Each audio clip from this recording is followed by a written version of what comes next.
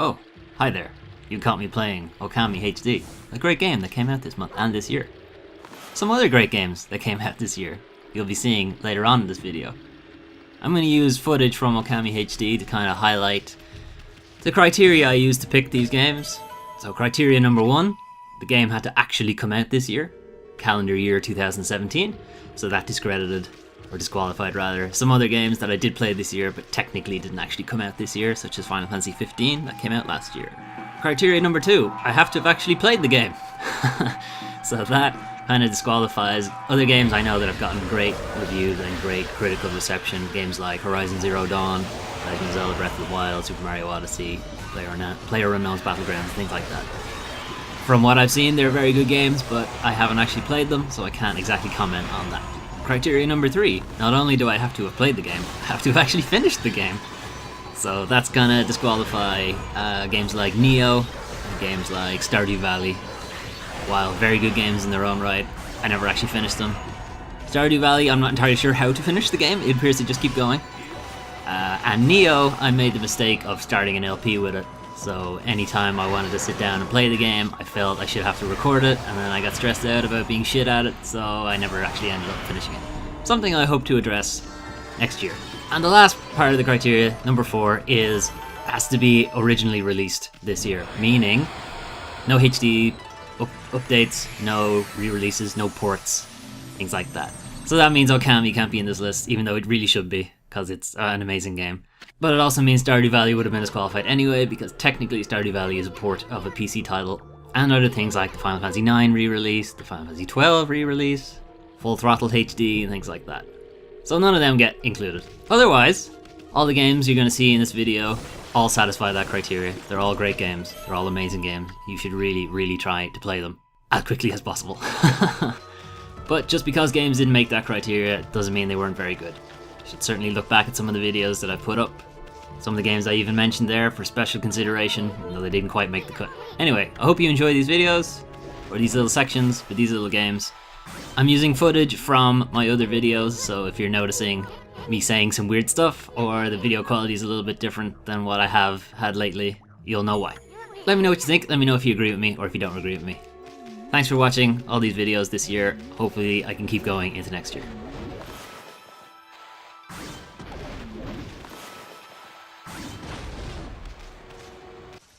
Resident Evil 7 Biohazard, right. So I only got this game a few days ago, at time of recording. So I haven't played much of it. I played about an hour. And this is all footage from the very start of the game, so I'm hopefully not spoiling anything for you. If you are worried about it though, feel free to jump to the next section. This game is very heavy story, and the opening is actually like very well done. So if you do want to go in fresh, I understand. You can come back later. But if you're still with me, I haven't been this excited for a Resident Evil game in quite a while. Even going back to the E3 reveal, where nobody knew it was Resident Evil. They were showing a trailer for this first-person horror, grimy thing, and then bam, right at the end, it's Resident Evil 7. You're like, oh shit! And you see those reaction videos, like obviously faked kind of reaction videos, way over the top. But I almost legitimately had that kind of reaction when the title came up. So if you're worried about Resident Evil going to its first-person view and thinking it's going to change anything, it doesn't. This is Resident Evil. This is the Resident Evils 1, 2 Nemesis. But from a first-person point of view. It's the same idea. It's a spooky house, spooky things going on, limited saves, weird puzzles, guns, herbs, maps, locked doors. It's got everything, and on top of that, it's got a really intriguing story. Particularly going from the opening. As I said now, I've only played an hour, maybe a bit more. But what I've seen so far is very compelling. I really want to play more of it. It's got this interesting, I don't want to say gimmick exactly, but you can watch video footage that you find in the house, and you watch these guys. This is from the demo, by the way. It's in the main game as well, but this isn't new. This is from the demo. And they will show you kind of secrets in the house, like things they found when they were there, and then you can use that to kind of further your own progress. It's a very interesting way of doing it, because you also know, this being a horror game, your character, with the possible exception of some games, you know you're kind of going to make it to the end.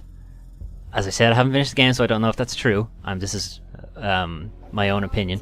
But these characters in like the video flashbacks, if you like, you know they're expendable, you know? So it's got that kind of dread to it. I mean, the main game has plenty of dread. I'm going back to that old Resident Evil, I don't want to walk outside of the save room kind of thing, because I don't know what's outside. And, you know, you haven't had that since Nemesis.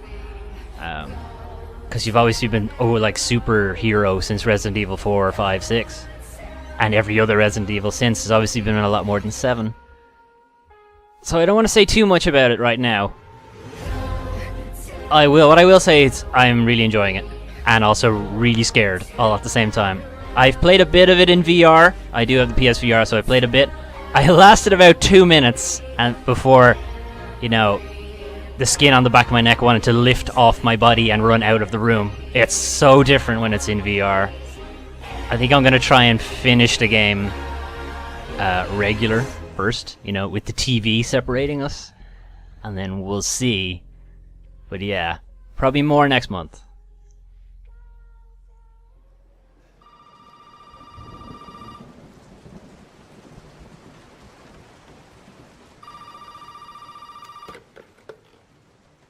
You really shouldn't have come here. They're coming. You can't do it, girl. They're coming now. They're coming.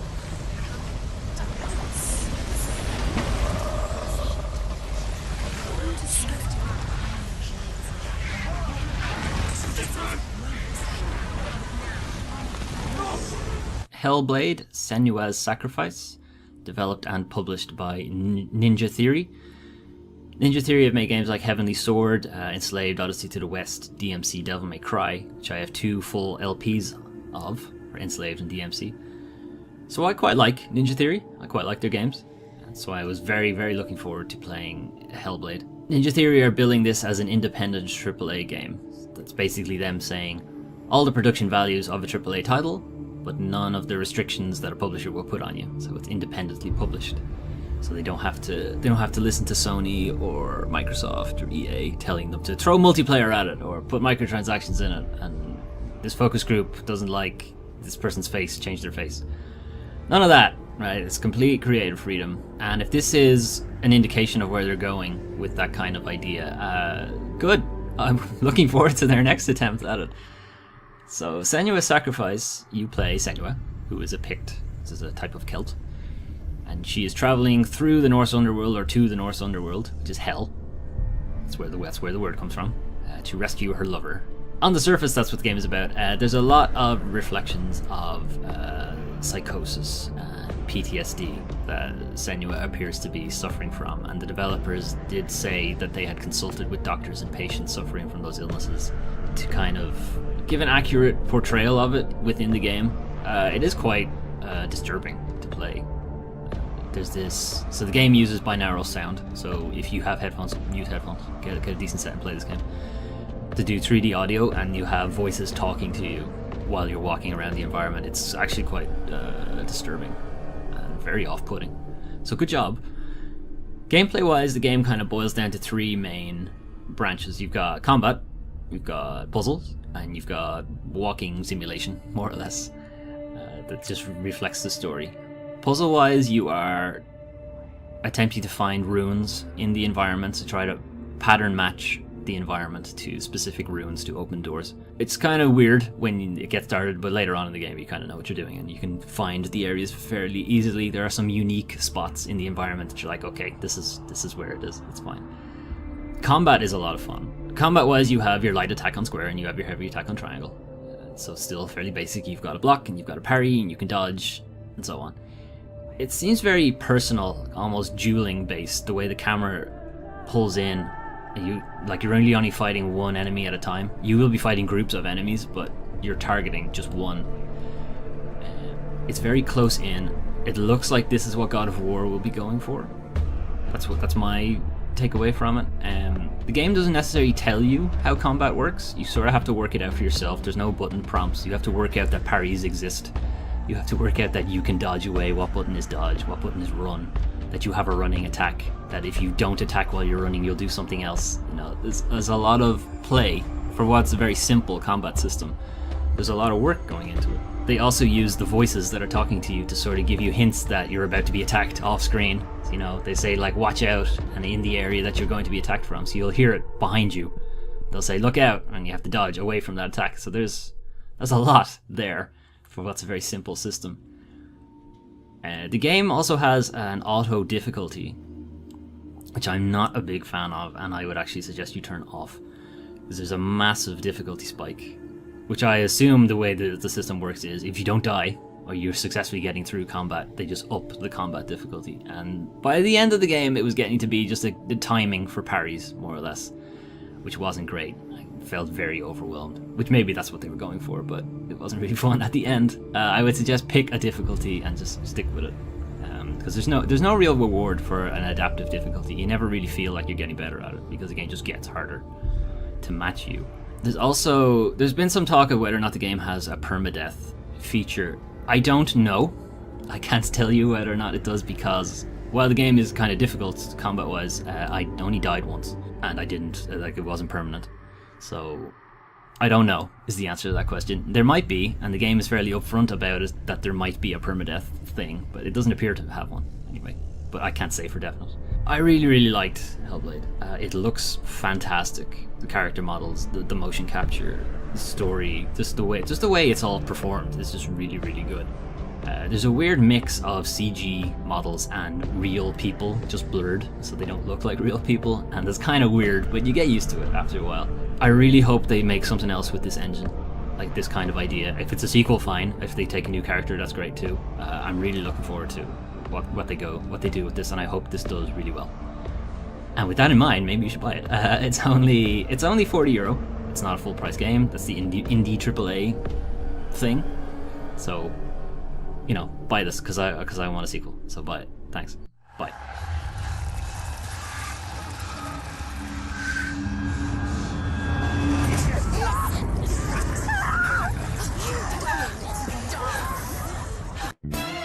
Persona 5 by Atlas. So, Persona 5 pretty much took up my whole month. So if you're wondering why the rest of the games in this video are all really short puzzle games, this is why. I put more than 100 hours into this game. I just played it right through. It's fantastic. It's probably one of my favorite games now, like ever. For anyone who doesn't know, Persona 5 is a Japanese role-playing game in a similar vein to like Final Fantasy or the Tales series or Saga Frontier or anything like that.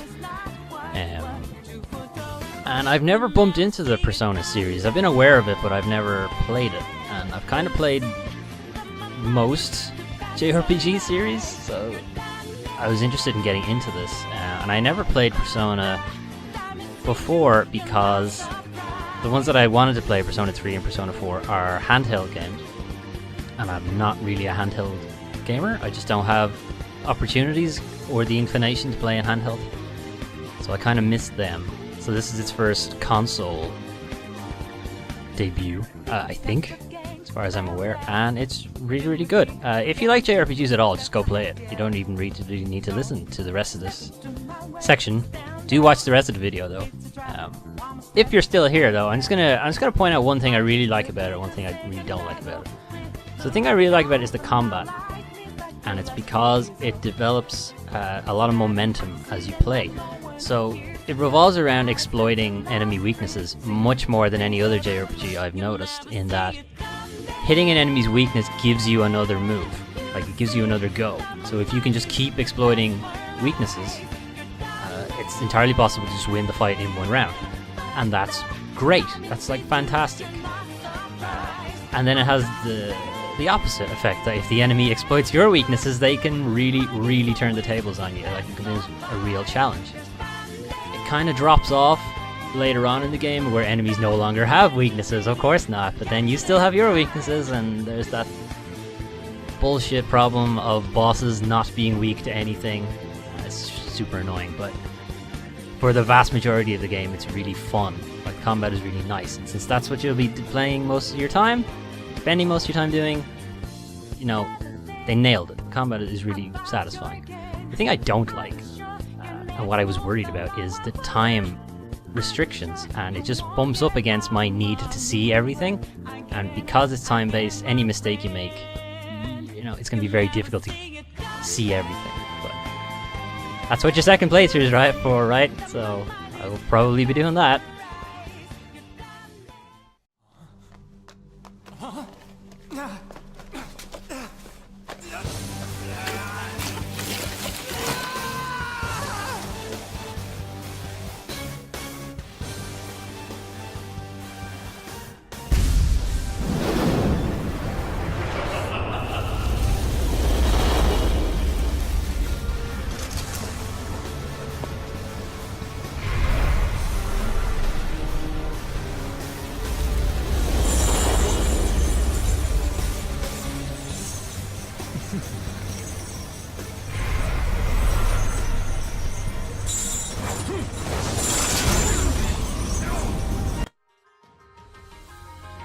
Nier Automata from Platinum Games.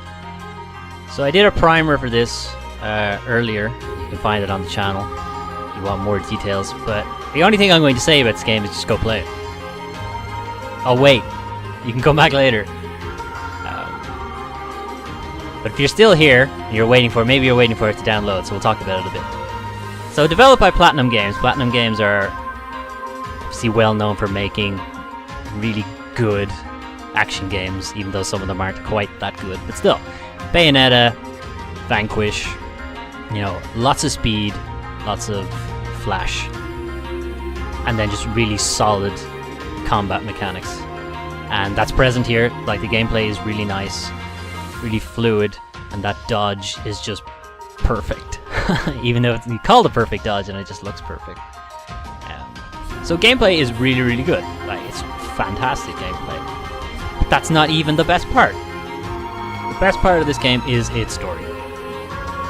Absolutely. So, Nier Automata is a sequel to Nier, the original. I say sequel, they do have plot, I won't say plot, they have narrative elements in common, and there are some plot elements in common too. But you don't need to have played the original to get your money out of this. Absolutely not. So you are an android 2B sent to Earth to retake the planet from machine life forms. These other guys kind of look like toys, and that's what you're doing. At least that's the plot. So what you're really doing, though, or what the game is really doing, is kind of commenting on humanity and what it means to be a human. You know, what makes you a human. If a robot exhibited all of the characteristics that we would consider to be human, are they not human? And you know, that kind of thing. And then, of course, it tries to answer those questions. So what happens if a robot does try to be human and they make the same mistakes we do? And are they programmed to make those mistakes, or are they overcoming their programming? As a human, are you slave to your own instincts, or can you overcome them through sheer force of will, that kind of thing? Like, it's a great story, and genuinely heartbreaking at times, particularly closer to the end. And I say end, the game has multiple playthroughs, required multiple playthroughs if you really want to get the story out of it. And you're going to want to do them, because it goes places. Right after the first ending, the game will tell you, go play it again, please. You're missing some stuff. And you should do that. You should do that right now. Just go get the game. Just go play it already.